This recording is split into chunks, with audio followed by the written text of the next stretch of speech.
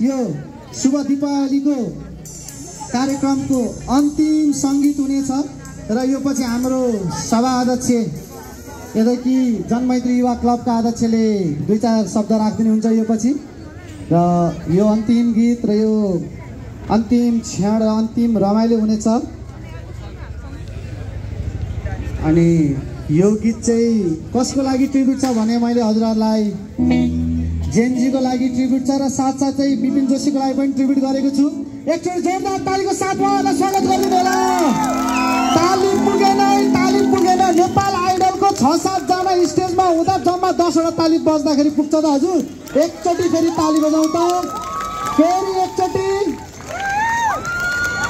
म प्रश्न चिन्ह ब्यान्ड भन्छु, तपाईँहरू हाई हाई भन्नुहोस् है त। प्रश्न चिन्ह ब्यान्ड, प्रश्न चिन्ह ब्यान्ड, प्रश्न चिन्ह ब्यान्ड।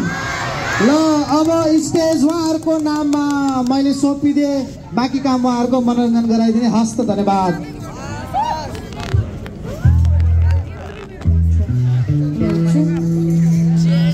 हेलो जय,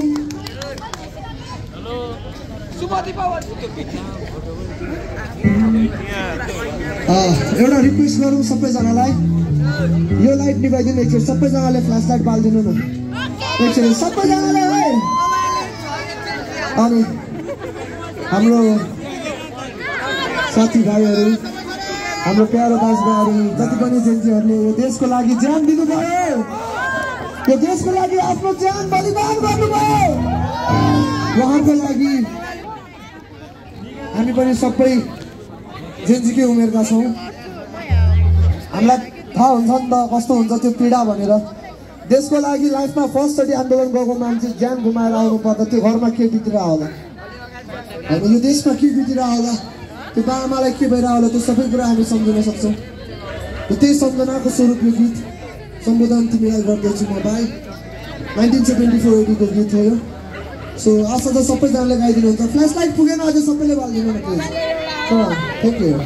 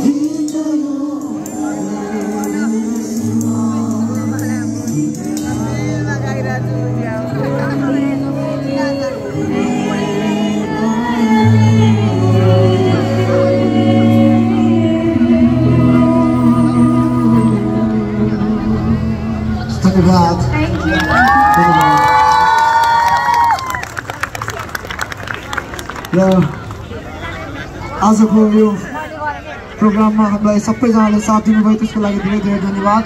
सबैजनाले आफ्नो लागि ताली बजाइदिनु होला एकचोटि। यो सफल हुनुमा तपाईँहरूको धेरै ठुलो हात छ। Thank you so much.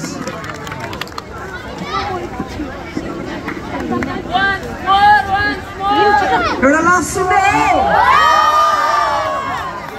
रमाइलो गर्ने हो। के छ त पर्फर्मेन्स कतिको जोरदार गयो त? रमाइलो भइरहेको छ कि छैन? अझै अन्तिम प्रस्तुति हेर्ने हो र?